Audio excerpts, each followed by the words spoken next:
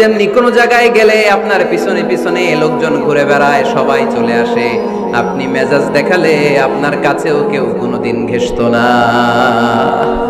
রাসূল সাল্লাল্লাহু আলাইহি ওয়াসাল্লাম যেদিকে যেতেন চারদিক দিয়ে লোক ভিড় করত। আমার নবী যেখানে, ওনারা দেখার জন্য লোক ভিড় করত। আমার নবীর নূরানি চেহারাটাকে একটা নজর দেখার জন্য মানুষ পাগল হয়ে ছুটে আসতো। ফাবিমা রাহমাতিন মিনাল্লাহি লিনতা লাহুম, কোমল হৃদয়ের অধিকারী, ওনার ভাষা যখন বের হয় যেন মুখ দিয়ে মুক্তা ঝরে। উনি যখন তাকায় চোখ দিয়ে যেন নূর বের হয়।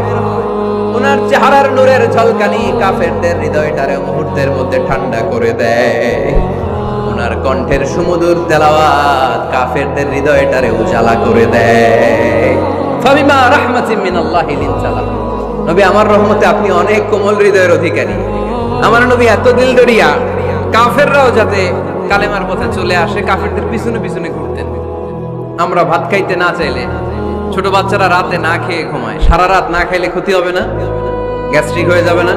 দেখবেন মা পিছনে পিছনে ছোটে, বাবা আয়, বাবা একটু খা, খায় না, ছেলে ঘুমায় যায়, মাটা পাগল পড়া হয়ে ছোটে। আমার নবীও মক্কায় একটা কাফেরের জন্য জাহান্নামের আগুনে না পড়ে ওদের জন্য পাগল হয়ে পিছনে পিছনে ছুটতেন, পিছনে পিছনে যেতেন। আল্লাহ বললেন, নবী ফালা আল্লাকা বাখিউন নাফসাকা আলা আথারিহিম ইল্লাম ইউমিনু বিহাদাল হাদিসি আসাফা। নবী হে, আপনি ওদের ভালোর জন্য ওদের পিছনে ছুটতে ছুটতে, বসে যান বসে যান, ওদের পিছনে ছুটতে ছুটতে আপনি তো আপনার জানটারে শেষ করে দেবেন। আপনি তো নিজেরা শেষ করে দিচ্ছেন ওদের পিছনে ছুটতে ছুটতে। নবী গো, আপনি ওদের পিছনে ছুটতে ছুটতে নিজের জানটারে শেষ করে দিয়েন।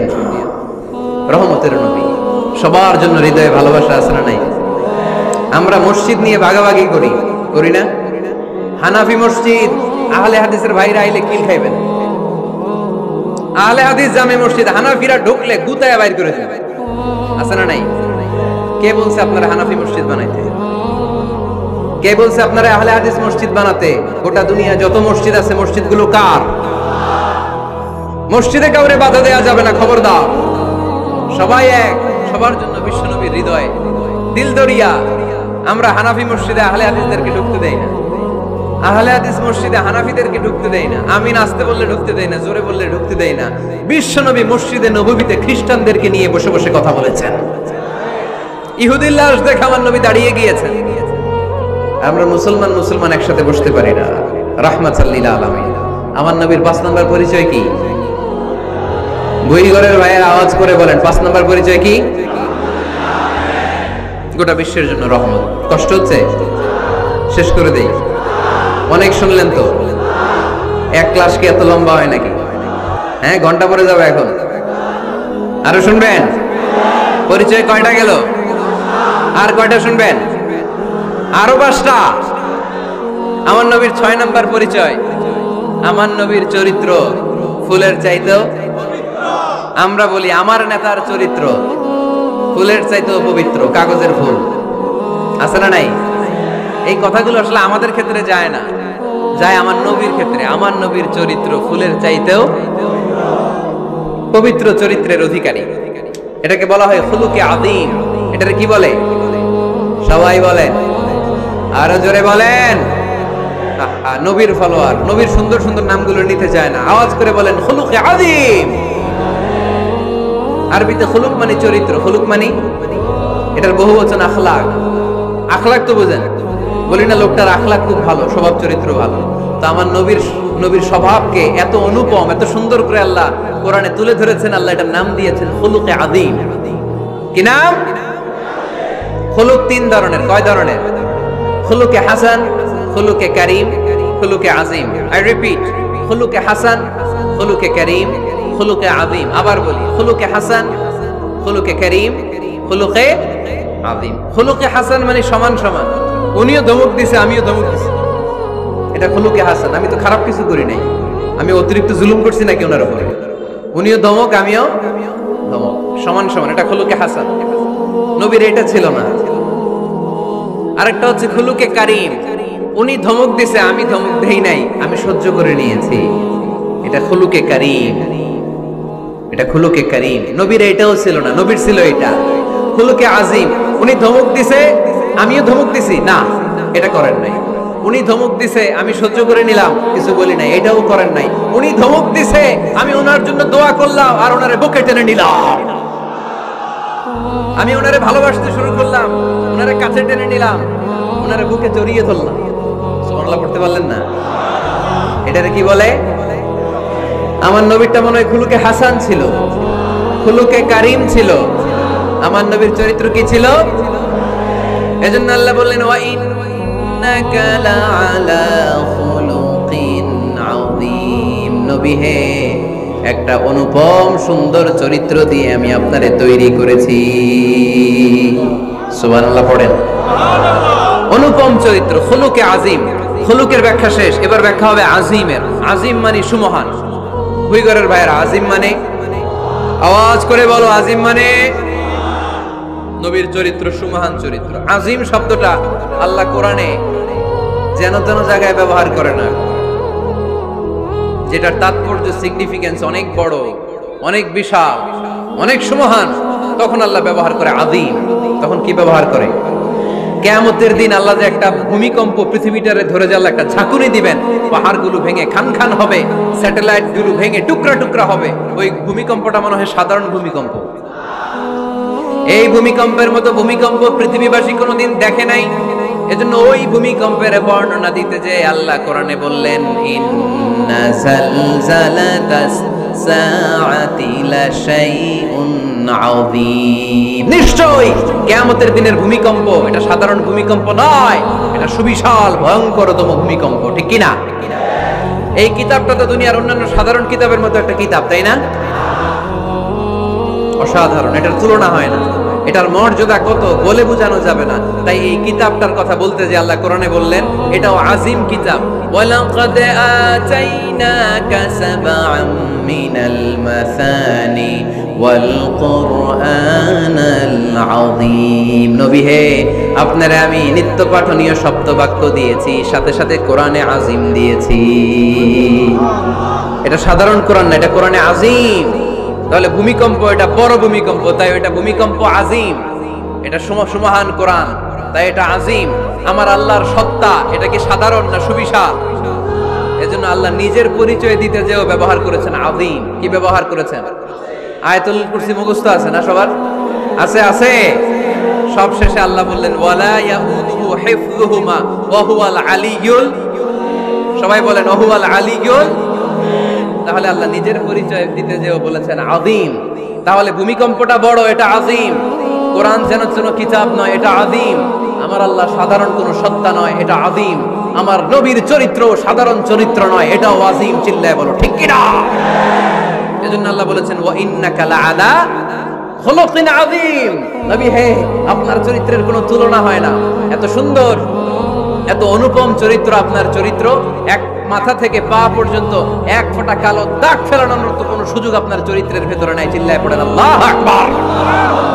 এজন্য কোরআন আমাদেরকে জানিয়েছে ওয়া ইন্নাকা লাআলা খুলুকিন আযীম। নবী হে, আমি আপনাকে সুমহান চরিত্র দান করেছি।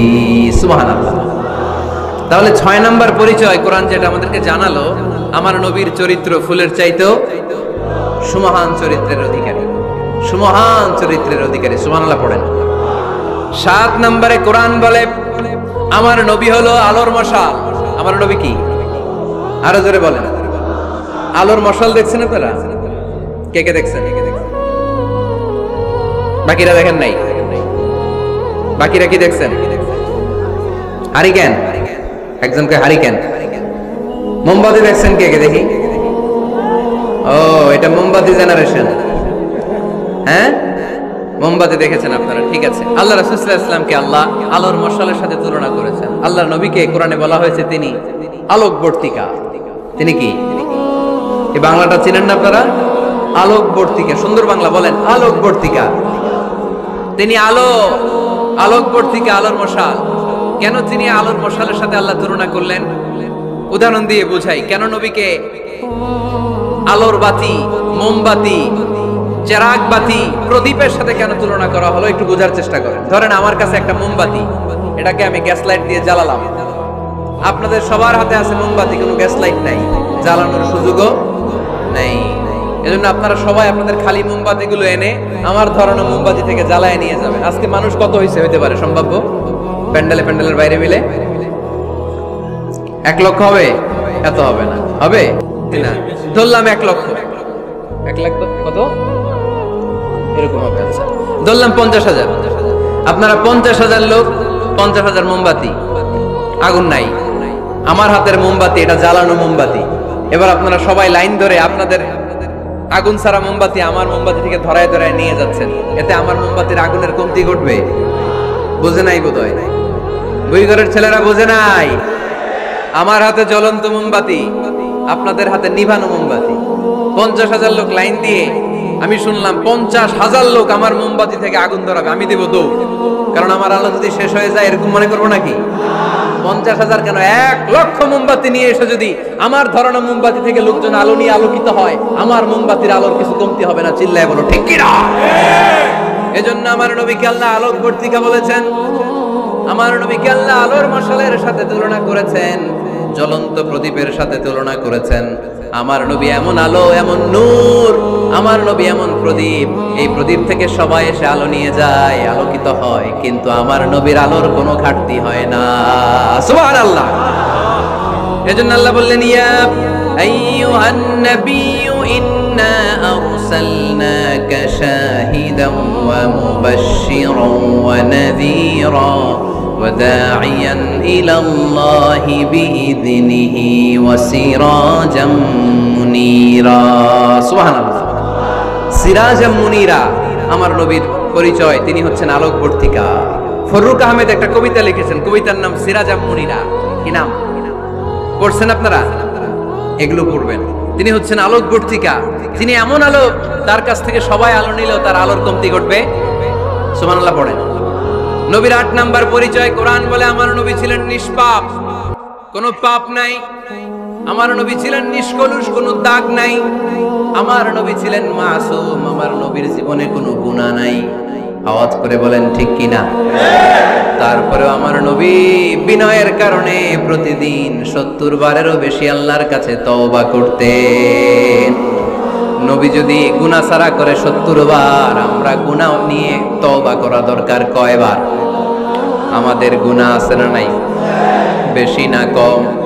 পৃথিবী না জানুক আমি তো জানি, আমি কি পাপ করেছি হায়। পৃথিবী না জানুক আমি তো জানি, আমি কি পাপ করেছি হায়।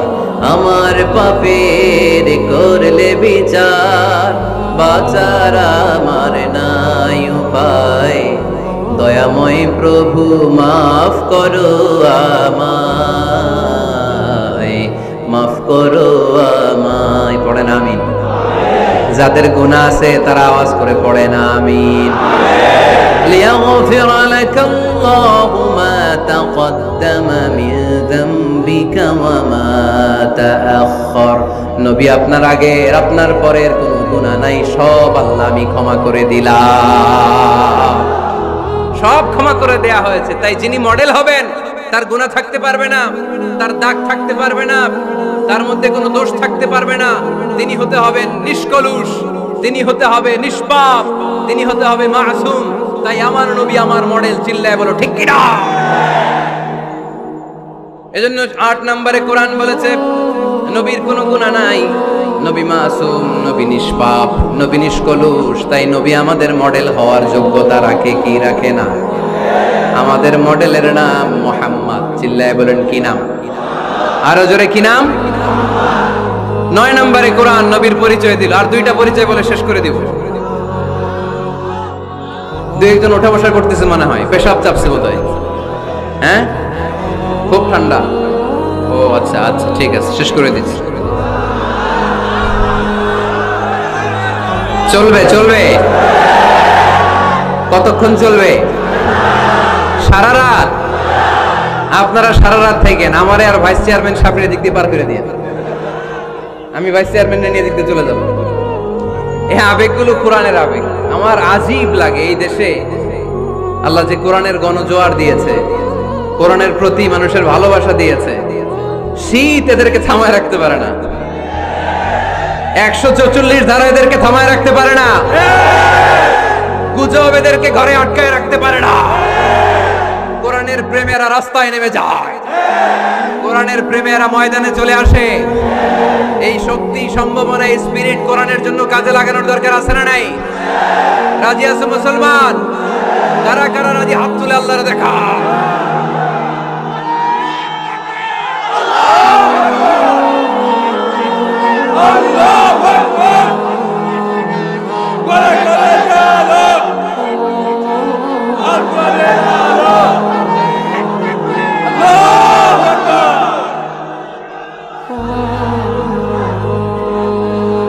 মাশাআল্লাহ, সবাই পড়বো আওয়াজ করে মাশাআল্লাহ।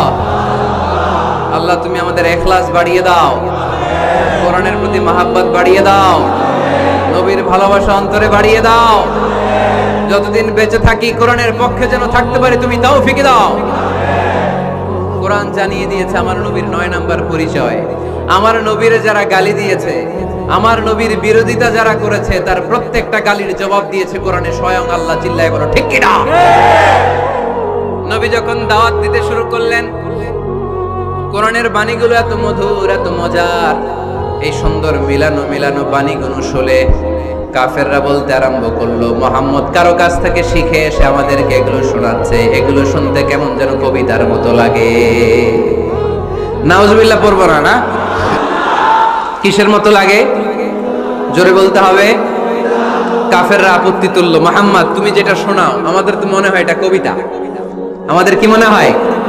সাথে সাথে আল্লাহ ওদের দাঁত ভাঙা জবাব দিয়ে আয়াত নাজিল করে বললেন, ওয়ামা আল্লামনাহু আশ-শি'রা ওয়ামা ইয়ানবাগি লাহু ইন হুয়া ইল্লা যিকরুন ওয়া কুরআনুম মুবিন।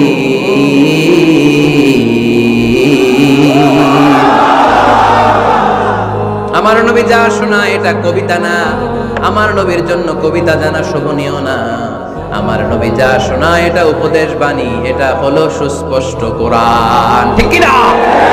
আকাশ থেকে জবাব পাঠালো কে? আবার মক্কায় আরেক দল দাঁড়িয়ে বলল, মুহাম্মদ তুমি যা শোনাও এটা মন্ত্রের মতো লাগে, নালে মানুষ পাগল হয় কেন?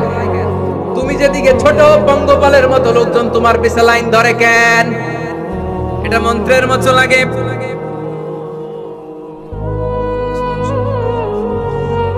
তুমি যা বলো মন্ত্রের মতো লাগে, তোমার পিছনে মানুষ কেন দৌড়ায়? তুমি মনে হয় গণক, তুমি মনে হয় কি? তুমি মনে হয় মন্ত্র পড়ো। আকাশ থেকে আয়াত নাজিল করলেন কে?